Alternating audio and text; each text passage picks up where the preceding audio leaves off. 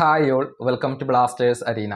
പഴയ I league ഇപ്പോൾ Indian football league എന്നാണ് അറിയപ്പെടുന്നത്. നിലവിൽ 2 പാർട്ടുകളായിക്കൊണ്ടാണ് ഇന്ത്യൻ ഫുട്ബോൾ നടന്നുകൊണ്ടിരിക്കുന്നത്. അതായത് ഒന്ന് ചാമ്പ്യൻഷിപ്പ് സ്റ്റേജാണ്, രണ്ടാമത്തേത് റെലഗേഷൻ സ്റ്റേജാണ്. നിലവിൽ റെലഗേഷൻ സ്റ്റേജിലാണ് ഗോകുലം കേരള ഉള്ളത്. അതായത് മോശം പ്രകടനമായിരുന്നു അവർ നടത്തിയിരുന്നത്. ഇതോടുകൂടിയാണ് റെലഗേഷൻ സ്റ്റേജിലേക്ക് അവർ പിന്തള്ളപ്പെട്ടത്.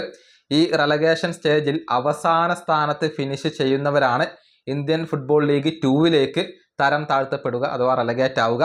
ഇന്നലെ നടന്ന മത്സരത്തിൽ ഗോകുലം കേരളക്ക് വലിയ ഒരു തോൽവി ഏറ്റുവാങ്ങേണ്ടി വന്നിട്ടുണ്ട്.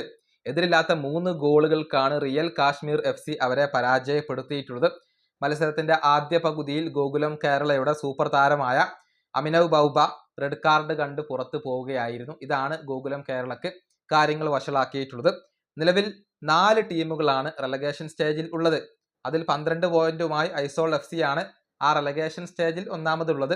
11 പോയിന്റുമായി റിയൽ കാശ്മീർ രണ്ടാമതുമുണ്ട്. മൂന്നാമതുള്ള ഗോകുലം കേരളക്ക് 8 പോയിന്റും നാലാമതുള്ള നംദാരിക്ക് 7 പോയിന്റുമാണ് ഉള്ളത്. അതായത് നിലവിൽ നംദാരിയാണ് റെലഗേഷൻ സോണിൽ ഉള്ളത്. പക്ഷെ ഒരൊറ്റ പോയിന്റിന്റെ വ്യത്യാസം മാത്രമാണ് അവിടെയുള്ളത്. അതായത് ഇനിയുള്ള മത്സരങ്ങൾ ഗോകുലം കേരളയെ സംബന്ധിച്ചിടത്തോളം ജീവൻ മരണ പോരാട്ടങ്ങളാണ്. ഇനിയും പരാജയങ്ങൾ ഏറ്റുവാങ്ങേണ്ടി വന്നാൽ ഒരുപക്ഷെ അവർ ഇന്ത്യൻ ഫുട്ബോൾ ലീഗിൽ നിന്നും തരം താഴ്ത്തപ്പെട്ടേക്കാം. അത്തരത്തിലുള്ള ഒരു സങ്കീർണമായ സാഹചര്യത്തിലാണ് ഗോകുലം കേരളയുള്ളത്. നമുക്കറിയാം, നേരത്തെ ഐ ലീഗ് കിരീടങ്ങൾ സ്വന്തമാക്കിയ ടീമാണ് ഗോകുലം കേരള. അന്ന് ISL പ്രൊമോഷൻ ഇല്ലായിരുന്നു. ISL പ്രൊമോഷൻ തുടങ്ങിയതിനു ശേഷം അവർക്ക് ഐ ലീഗ് കിരീടങ്ങൾ നേടാൻ സാധിച്ചതുമില്ല.